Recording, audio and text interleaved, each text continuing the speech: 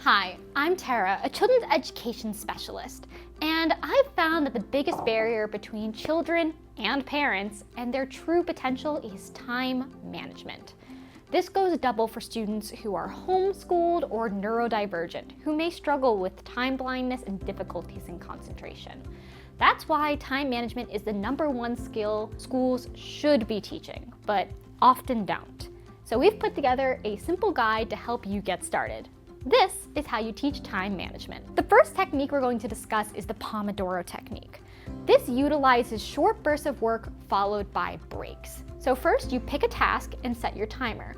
There's a few different lengths that people like to use. I'm a big fan of the 20-minute, but the classic is 25. During this time, focus on one specific task. For example, you can do math drills, reading. If you're a mom, you might be using this to focus on getting some emails cleared out, or scheduling appointments, or finishing up some of your own work. Once that timer hits 0, you enter your rest period. These rest periods are 5 minutes long for the first 3, and then on the 4th, you take a 15-minute break. The Pomodoro Technique is perfect for students who have trouble staying focused for long periods of time. By breaking your work into manageable chunks, it makes it far less overwhelming.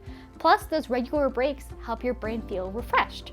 I always recommend getting some form of movement during those breaks. Take a walk around the building or have a snack while outside. Get some sunshine in you.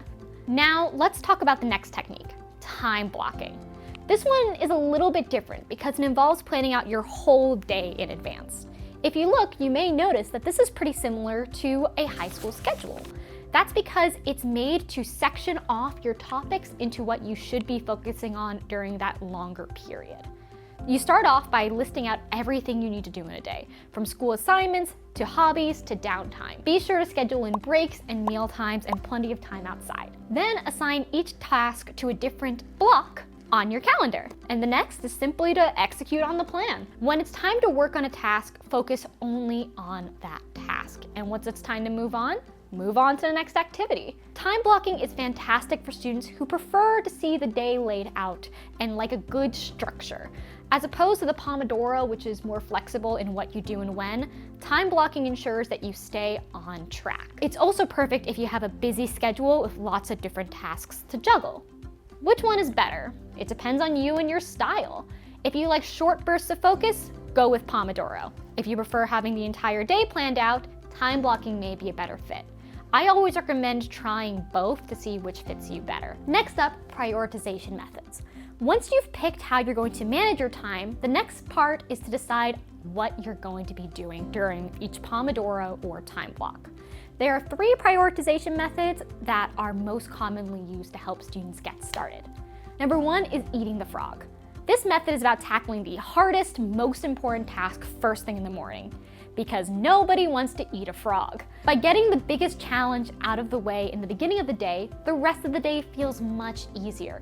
This is perfect for students who have trouble procrastinating. Once they've proven to themselves that they can tackle something that they didn't know they can do, it's gonna make everything else in a day go by like a breeze. Next is the Eisenhower Matrix. The Eisenhower Matrix helps you sort tasks based on urgency and importance. It starts by creating a 4-wide grid, one axis being importance and the other one being urgency. And from there, you create a grid with 4 quadrants: urgent and important, important but not urgent, urgent and not important, and not urgent and not important. This way, you can focus on what truly matters and avoid getting sidetracked by less important things. It's especially helpful for students who have a lot on their plate and need to figure out what to tackle first and what maybe doesn't need to be on their plate in the first place. Next up is the Pareto Principle. The Pareto Principle suggests that 80% of your results come from 20% of your efforts. So identify the tasks that will have the biggest impact and focus on those. This is usually applicable to studying in that students will want to study the things they're already good at, but the things that will get them the most results is by focusing on what they're struggling most with. So when they're studying, 80% of their improvement will come from the 20% that they're studying hardest. This method is great for students who want to be efficient with their time and energy, especially when they're juggling multiple subjects or activities. What's really awesome about these prioritization methods is that they're great for neurodivergent students too. If you're someone who struggles with focus, organization, or managing big tasks without getting overwhelmed, these methods help break things into manageable pieces. Thank you for joining me today. If you found this helpful, be sure to send it to someone in your life who needs some help with time management. If you're looking for more in-depth resources, printables, and guides, be sure to check out smartbubble.com and subscribe for more videos. Thanks again for watching, and see you next time.